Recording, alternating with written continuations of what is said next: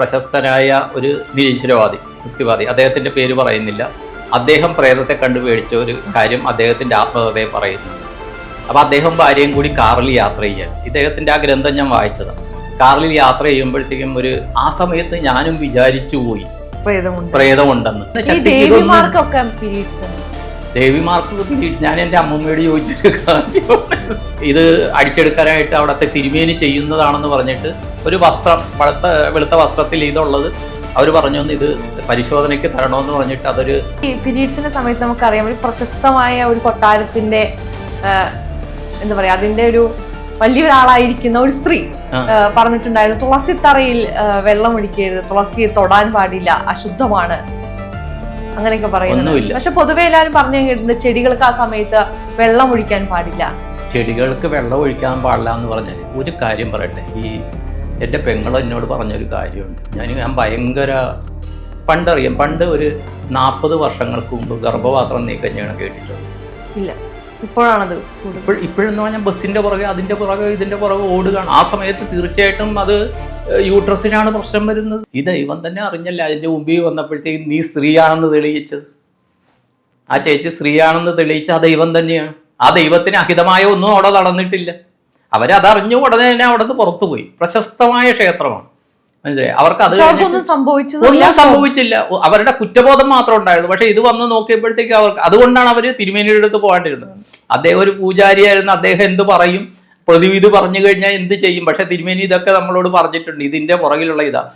വേറൊന്ന് പറയാം, അദ്ദേഹം പറഞ്ഞു തന്ന ഒരു അറിവ് പറയാം. ഒരു വേദഗ്രന്ഥങ്ങളിലും അദ്ദേഹം പറഞ്ഞു തന്നതനുസരിച്ച് മെൻസസിനെ കുറിച്ച് പറയുന്നില്ല. ഇത് പറയുന്നത് അഷ്ടാംഗ യോഗയിലാണ്. അഷ്ടാംഗ യോഗ ആയുർവേദത്തിനെ കുറിച്ചുള്ള കാര്യമാണ്. അതിൽ ശാരീരികമായ കാര്യം, ആ സമയത്ത് സ്ത്രീകൾ പാലിക്കേണ്ട കാര്യങ്ങളാണ് പറയുന്നത്. പിന്നെ ഈ പീരീഡ്സിൻ്റെ സമയത്ത് രാത്രിയിലൊന്നും പുറത്തു പോകരുതെന്ന് പറയുന്നു. ഇത് ഇവരുടെ ഓറേനെ ബാധിക്കും.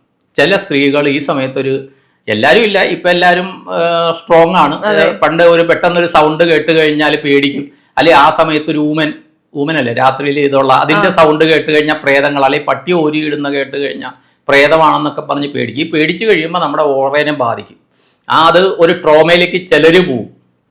ഏതെങ്കിലും ഒരു നിഴല് കണ്ടു കഴിഞ്ഞാൽ പെട്ടെന്ന് പ്രേതമാണെന്ന് വിചാരിക്കും. ഇപ്പം നമ്മുടെ പ്രശസ്തനായ ഒരു നിരീശ്വരവാദി യുക്തിവാദി, അദ്ദേഹത്തിൻ്റെ പേര് പറയുന്നില്ല. അദ്ദേഹം പ്രേതത്തെ കണ്ടു പേടിച്ച ഒരു കാര്യം അദ്ദേഹത്തിൻ്റെ ആത്മകഥയെ പറയുന്നുണ്ട്. അപ്പോൾ അദ്ദേഹം ഭാര്യയും കൂടി കാറിൽ യാത്ര ചെയ്യാൻ, ഇദ്ദേഹത്തിൻ്റെ ആ ഗ്രന്ഥം ഞാൻ വായിച്ചതാണ്. കാറിൽ യാത്ര ചെയ്യുമ്പോഴത്തേക്കും ഒരു വിജനമായ പ്രദേശത്ത് വെള്ള ഇതിൽ ആടുന്നു, മനസ്സിലായി. അപ്പൊ ഇദ്ദേഹം ദൈവമില്ല പ്രേതമില്ല എന്ന് തീവ്രമായി വിശ്വസിക്കുന്ന ആളാണ്. പാതിരാത്രിയിലാണ് ഇത് സംഭവം. ഇത് ഭയങ്കരമായിട്ടാണെന്ന് ഭാര്യയ്ക്ക് അർദ്ധവിശ്വാസമുണ്ട്. ഇങ്ങരുടെ കൂടെ പോയിട്ട് ഇദ്ദേഹം എല്ലാം യോഗികൾ ഈ നാടിയൊക്കെ നിർത്തുമല്ലോ, ഇതൊക്കെ ഇദ്ദേഹവും ചെയ്ത് കാണിച്ചിട്ടുണ്ട്. ആ യോഗസിദ്ധിയിൽ അവരെന്തൊക്കെ കാണിക്കോ ആ മൈൻഡ് പവർ വെച്ച്, അല്ലെ ആ വിൽ പവർ വെച്ച് ഇതൊക്കെ ഇദ്ദേഹം കാണിച്ചിട്ടുള്ള ആളാണ്. അപ്പൊ പക്ഷെ ഇദ്ദേഹം പറയുന്നത് ആ സമയത്ത് ഞാനും വിചാരിച്ചു പോയി പ്രേതമുണ്ടെന്ന്. പക്ഷെ പിന്നെ വന്ന് നോക്കിയപ്പോഴത്തേക്കാണ് അവിടെ, പിറ്റേ ദിവസം രാവിലെ വന്ന് നോക്കിയപ്പോഴത്തേക്കാണ് അവിടെ തുണി എന്താണ്ടോ കെട്ടിയിട്ടിരിക്കുകയായിരുന്നു, മനസ്സിലായി. ആ ഒരു സമയത്തെ ചിന്തകളാണ്. കാര്യം ചെറുപ്പം തൊട്ട് ചിലപ്പോൾ നമ്മളെ നിയന്ത്രിക്കാനായിട്ട് പ്രേതങ്ങൾ ഉണ്ടെന്നുള്ള കാര്യങ്ങളൊക്കെ വരുന്നതാണ്. പക്ഷെ ഒരു കാര്യം അസന്നിഗ്ധമായിട്ട് പറയാം, ആർക്കൊക്കെ കുരു പൊട്ടി ഇതിൻ്റെ താഴെ വന്ന് ആരൊക്കെ എന്തൊക്കെ കമൻ്റ് ഇട്ടാലും പറയാം, ഒന്നുമില്ല. നിങ്ങൾ പ്രാർത്ഥിക്കുക. ആ സമയത്ത് തീർച്ചയായിട്ടും ദൈവം നിങ്ങളുടെ കൂടെയാണ്. ഈ പീരീഡ്സിന്റെ സമയത്ത് നമുക്കറിയാം ഒരു പ്രശസ്തമായ ഒരു കൊട്ടാരത്തിന്റെ എന്താ പറയാ അതിന്റെ ഒരു വലിയൊരാളായിരിക്കുന്ന ഒരു സ്ത്രീ പറഞ്ഞിട്ടുണ്ടായിരുന്നു, തുളസി തറയിൽ വെള്ളം ഒഴിക്കരുത്, തുളസിയെ തൊടാൻ പാടില്ല, അശുദ്ധമാണ്, അങ്ങനെയൊക്കെ പറയുന്നു. പക്ഷെ പൊതുവെ എല്ലാവരും പറഞ്ഞു കേട്ടിട്ടുണ്ട് ചെടികൾക്ക് ആ സമയത്ത് വെള്ളം ഒഴിക്കാൻ പാടില്ല. ചെടികൾക്ക് വെള്ളം ഒഴിക്കാൻ പാടില്ല എന്ന് പറഞ്ഞാൽ ഒരു കാര്യം പറയട്ടെ, എൻ്റെ പെങ്ങൾ എന്നോട് പറഞ്ഞൊരു കാര്യമുണ്ട്. ഞാൻ ഭയങ്കര എന്താണ് ഇതിലൊക്കെ ഭയങ്കര തൊടാൻ പാടില്ല അങ്ങനെയൊക്കെയുള്ള ഒരു കാഴ്ചപ്പാടുള്ള ഒരാളായിരുന്നു. അന്ന് എൻ്റെ അനിയത്തി, അവളിപ്പോൾ ചേർന്നില്ല ഗവൺമെൻറ് ടൗൺ LP സ്കൂളിൽ ടീച്ചറാണ്. അപ്പോൾ അവളോട് ഞാൻ ഇപ്പോൾ ക്ഷമ പറയുകയാണ്. അവൾ പറഞ്ഞു, ചേട്ടനൊരു കല്യാണം കഴിച്ച് കഴിയുമ്പോൾ ചേട്ടന് ഇതിൻ്റെ വിഷമം മനസ്സിലാവുമെന്ന് പറഞ്ഞു. അവൾ തൊടാൻ പാടില്ല അങ്ങനെയൊക്കെ ഭയങ്കരമായിട്ട്. അപ്പോൾ ഞാനിപ്പോൾ വിചാരിക്കും അങ്ങനെ അന്നൊക്കെ എത്ര ഇതായിട്ടാണ് നമ്മളത് പെരുമാറിയത്. ഒരു അനിയത്തിയാണ്. അപ്പോൾ ഇത് വന്നിട്ട് കല്യാണം കഴിഞ്ഞു, അപ്പോഴും വൈഫ് നിൽക്കണം. അത് കഴിഞ്ഞ് ഡെലിവറി കഴിഞ്ഞു. അപ്പോൾ അമ്മ പറഞ്ഞ് നീ കുളിച്ച് കയറാൻ പറഞ്ഞു. കാര്യം എന്താണെന്ന് വെച്ച് കഴിഞ്ഞാൽ അമ്മയ്ക്ക് കുട്ടീനെ നോക്കലും ഇതും കൊണ്ട് നടക്കല് ഇത് ചെയ്യുന്നു, അവൾ ഈ പറയുന്ന കാര്യങ്ങൾ ചെയ്യുന്നു. തുളസിത്രയിൽ വെള്ളമൊന്നും ഒഴിച്ചിട്ടില്ല, പക്ഷെ ചെടികൾക്കെല്ലാം വെള്ളം ഒഴിച്ചിട്ടുണ്ട്. കാര്യം തുളസി നമ്മൾ പുണ്യമായിട്ട് കാണുന്നതുകൊണ്ട് ഇത് ചെയ്തിട്ടില്ല. പൂജാമുറിയുടെ മുമ്പിൽ കൂടി അങ്ങോട്ടും ഇങ്ങോട്ടും നടന്നിട്ടുണ്ട്. ഈ പറഞ്ഞ പ്രശ്നങ്ങളൊന്നും നമുക്ക് വന്നിട്ടില്ല. ഇല്ല. തുളസി പിന്നെ എന്താണെന്നറിയാം വേണം, ഒരു പരിഭാവനമായിട്ട് കാണുന്ന കൊണ്ട് ഒഴിക്കുന്നില്ല എന്നുള്ളത്. പക്ഷെ അതിലും ഒഴിക്കുന്ന ആൾക്കാരുണ്ട്, തെറ്റില്ല എന്നുള്ളതാണ്. ഞാൻ ഈ സമയത്തെ ഇപ്പൊ ഡെയിലി ഒഴിക്കുകയാണെന്ന് വെച്ചാൽ മാം ഒറ്റയ്ക്ക് താമസിക്കുകയാണ്, ഡെയിലി ഒഴിക്കുക. ഇപ്പൊ ഇതിന്റെ 7 ദിവസം ഒഴിക്കുകയെന്ന് പറഞ്ഞു കഴിഞ്ഞാൽ തുളസി ഉണങ്ങിയിരിക്കും. ഒഴിച്ചു കഴിഞ്ഞാൽ തുളസി മര്യാദയ്ക്ക് അവിടെ നിൽക്കും. മനസ്സിലായി? അതൊരു അവശ്യ ഘടകമാണെങ്കിൽ തീർച്ചയായിട്ടും. ദൈവത്തിന് ഇതൊന്നും ഇല്ലെന്നേ. ദൈവം എന്ന് പറയുന്ന ശക്തി ദേവിമാർക്ക് പീരീഡ്സ് ഞാൻ എൻ്റെ അമ്മൂമ്മയോട് ചോദിച്ചിട്ട് അമ്മൂമ്മയോട് ചോദിച്ചത് വളരെ ചെറുപ്പത്തിലാണ്. അപ്പോൾ എനിക്ക് അമ്മയുടെ കൂടെ എടുക്കണം. ഞാനൊരു പേടിത്തൊണ്ടനായിരുന്നു. എൻ്റെ പെങ്ങള് പിന്നെ എന്നെക്കാളും ധൈര്യശാലി. അപ്പോൾ ഞാനൊരു 3-ാം ക്ലാസ് 4-ാം ക്ലാസ് പഠിക്കുന്നവരെയും അമ്മ ഇതാണെങ്കിൽ അമ്മയുടെ കൂടെ. അപ്പോൾ അമ്മയ്ക്ക് പ്രത്യേക അത് ഇതൊക്കെയാണ്. അപ്പോൾ എനിക്ക് ആ സമയത്ത് ഇട്ടത് മാറ്റിയിട്ട് വേറെ നിക്കറ് തരും, അത് വെച്ചിട്ടാണ് ഇത് ചെയ്യണം. അപ്പോൾ ഞാൻ ചോദിക്കണം, അത് ദേവിമാർക്ക് ഇപ്പോൾ മുരുകൻ ഗണപതിയൊക്കെ ഉണ്ടല്ലോ, അവർക്ക് ഇതുണ്ടോ? മനസ്സിലായി? അവർക്ക് ഇങ്ങനെയുണ്ടോ? അങ്ങനെയാണെങ്കിൽ അവർ മാറിയിരിക്കുന്നുണ്ടോ? കൈലാസത്തിൽ നിന്ന് മാറിയിരിക്കുന്നു. അതൊക്കെ നീനൊക്കെ വലുതാകുമ്പോൾ മനസ്സിലാകും എന്ന് പറഞ്ഞു. അവർക്കുണ്ടാകാം. അവർക്ക് സ്ഥൂല ശരീരമില്ല. അങ്ങനെയാണെങ്കിൽ ഒരു ആത്മാവിനും ഇത് വേണമല്ലോ. ഇങ്ങനെ ഒരു അമ്പലം ഉണ്ട് ഞാൻ കേട്ടിട്ടുണ്ട്. ദേവിക്ക് അവിടെ പീരീഡ്സ് ആകുമ്പോൾ 7 ദിവസം അടച്ചിടുന്ന ഒരു അമ്പലം. അത് കാമാഖ്യ ക്ഷേത്രമാണ്, ആസാമിലെ. അല്ല, ഇപ്പൊ ചെങ്ങന്നൂര് തൃപ്പൂത്താകുന്ന ഒരു ചെങ്ങന്നൂരമ്മ അതുണ്ടല്ലോ. ആ സമയത്ത് ദേവിനെ വേറെ അടുത്തേക്ക് എത്തുന്നു. അത് ബ്രിട്ടീഷുകാരുടെ കാലത്ത്, ഞാനതൊരു ആർട്ടിക്കിൾ വായിച്ചതാണ്. ആ ആർട്ടിക്കിൾ വായിച്ചപ്പോൾ അതിൽ പറയുന്ന ബ്രിട്ടീഷുകാരുടെ കാലത്ത് അവർക്കൊരു സംശയം വന്നു, ഇത് ആ സമയത്ത് പ്രത്യേക ചടങ്ങുകൾ നടക്കുന്നു ആ ക്ഷേത്രത്തിൽ. അപ്പോൾ അതിൻ്റെ ചിലവുകളുണ്ടല്ലോ. അപ്പോൾ ഇത് അടിച്ചെടുക്കാനായിട്ട് അവിടുത്തെ തിരുമേനി ചെയ്യുന്നതാണെന്ന് പറഞ്ഞിട്ട് ഒരു വസ്ത്രം, വെളുത്ത വസ്ത്രത്തിൽ ഇതുള്ളത് അവർ പറഞ്ഞു, ഇത് പരിശോധനയ്ക്ക് തരണമെന്ന് പറഞ്ഞിട്ട് അതൊരു ഇത് മനുഷ്യ അവരെല്ലാം അകത്ത് പോണ വസ്ത്രമെല്ലാം അവർ പരിശോധിച്ചാണ് കൊടുത്തത്.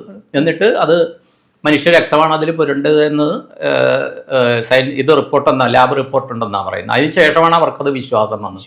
അതങ്ങനെ വരുന്നുണ്ടാകാം, ദേവിക്ക് ആ ഒരു പ്രകൃതിയുടെ പ്രതിഭാസമായിരിക്കാം, അത് കാണിക്കുന്നുണ്ടാകും. പക്ഷേ ഒരു കാര്യം പറയാം, അശുദ്ധിയല്ല.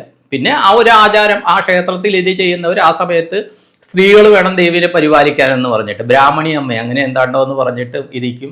ഇപ്പോൾ വർഷത്തിൽ 2-3 ദിവസം 2-3 പ്രാവശ്യം നടക്കുന്നുണ്ട്. ആ സമയത്ത് പോയിട്ട് രസം അതാണ്, ഈ സമയത്ത് പോയിട്ട് ദേവിനെ പോയി പ്രാർത്ഥിച്ചു കഴിഞ്ഞാൽ ഉദ്ദിഷ്ടകാര്യം നടക്കും. ഉദ്ദിഷ്ടകാര്യം നടക്കുകയാണ്.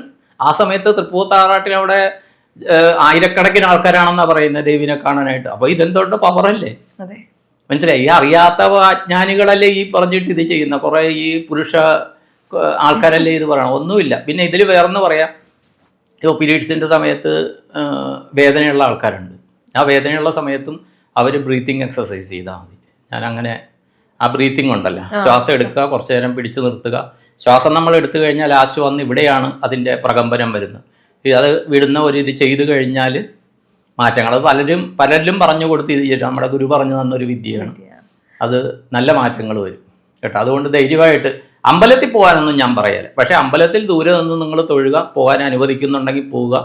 ഇനി ഡെയിലി പോകുന്നവരാണെങ്കിൽ പോകുന്നുണ്ട്, ആരോടും പറയുന്നൊന്നുമില്ല. എന്ന് പറഞ്ഞാൽ അമ്പലത്തിൽ പോയാലേ ഉറക്കം വരുള്ളൂ. അത് അവരുടെ വിശ്വാസത്തിൻ്റെ ഭാഗമാണ്. ഈ ബ്ലഡ് താഴെയൊന്നും വീഴുന്നില്ല എന്നുണ്ടെങ്കിൽ 4 അമ്പലത്തിനകത്ത് കയറുന്നതിൽ അഭിപ്രായമില്ല. കാര്യം അത് പ്രത്യേക ശുദ്ധിയും ബലിക്കല്ലുകളൊക്കെ ഉള്ള സ്ഥലമാണ്. അതിനോട് അഭിപ്രായമില്ല. കാര്യം എത്രയേ വന്നാലും നമ്മുടെ മനസ്സിലൊരു കുറ്റബോധം വരും. എന്തെങ്കിലും ഒരു പ്രശ്നം വരുമ്പോൾ അവിടെ കയറിയത് കൊണ്ടായിരിക്കുകയല്ല, എങ്കിലും അതുകൊണ്ടാണല്ലോ. ദൈവകോപം ഉണ്ടാവില്ല. ദൈവകോപമൊന്നും, ദൈവം എന്ന് പറയുന്ന ആളൊന്നും കോപിക്കുന്നൊന്നുമില്ല. വെറുതെ പറയും, നമ്മുടെ കർമ്മമാണ് നമുക്ക് വരുന്നത്, നമ്മൾ ചെയ്ത കർമ്മമാണ്, ഇതിലൊന്നും ഇത് വരികയില്ല. പക്ഷെ എന്ന് പറഞ്ഞിട്ട് ആർത്തവ ചടങ്ങുകളോടൊന്നും അഭിപ്രായവും ഇല്ല. അങ്ങനെയൊക്കെ ചെയ്തായിരുന്നല്ലോ. പക്ഷെ അങ്ങനെ ഒരു ചടങ്ങ് നടന്ന് ഇവിടെ എറണാകുളത്ത് നടന്നറിയില്ലേ? അതിന്റെ മറ്റേ ടെറസിലല്ല, ഒരു ഇത് നടന്ന അതിന്റെ മെയിൻ ഗേറ്റിൽ ഇതിന്റെ പടം വരച്ചു വെച്ച് ആർത്തവം എന്നാണ് അത് ചടങ്ങ് നടന്നത് എറണാകുളത്ത്. പക്ഷെ അത് നടന്നതിന്റെ ഒരു പ്രത്യേക ഗുണം അതിനുശേഷമാണ് ഈ ലീവുകൾ വന്നു തുടങ്ങിയത്. അതിന് ശേഷമാണ്. പിന്നെ ശബരിമലയിലെ കാര്യം പറഞ്ഞാൽ, ശബരിമല ഒരു താന്ത്രിക വിധിയുള്ള സ്ഥലമാണ്. മെൻസസായ സ്ത്രീകൾ മല കയറാണ്ടിരിക്കുക, ഒരു ശാരീരിക അധ്വാനമുള്ള ജോലി ചെയ്യാണ്ടിരിക്കുക. പണ്ട് ഒരു 40 വർഷങ്ങൾക്ക് മുമ്പ് ഗർഭപാത്രം നീക്കം ചെയ്യണം കേട്ടിട്ടുണ്ടോ? ഇല്ല. ഇപ്പോഴാണത് കൂടുതൽ. ഇപ്പോഴെന്ന് പറഞ്ഞാൽ ബസ്സിന്റെ പുറകെ അതിന്റെ പുറകെ ഇതിന്റെ പുറകെ ഓടുകയാണ്. ആ സമയത്ത് തീർച്ചയായിട്ടും അത് യൂട്രസിനാണ് പ്രശ്നം വരുന്നത്. അതാണ് കാര്യം. ഈ പണ്ടത്തെ ആൾക്കാർ അതുകൊണ്ടാണ് പറഞ്ഞു, ആരും 40 വർഷം മുമ്പ് ഇത് അങ്ങനത്തെ ഒരു സംഭവം കേട്ടിട്ടില്ല. ഇപ്പോഴാണ് അത് ചെയ്യുന്നത്. വീട്ടമ്മമാർക്കല്ല, അപൂർവമായിട്ടാണ് ചിലർക്ക് ട്യൂമറുണ്ട്. പക്ഷേ ഉദ്യോഗസ്ഥർ day to day physical strain എടുക്കുന്നവർക്ക് ഈ ബുദ്ധിമുട്ട് വരുന്നുണ്ട്. അങ്ങനെ ഉണ്ടെങ്കിൽ അവർ ആ സമയത്തെങ്കിലും യാത്ര കുറച്ചിട്ട് എവിടെയെങ്കിലും റൂം എടുത്ത് നിൽക്കാൻ നോക്കുക. അത് ശാരീരികമായുള്ള കാര്യങ്ങൾക്കാണ് ഇത് പറയുന്നത്. അത് സൂക്ഷിക്കുക.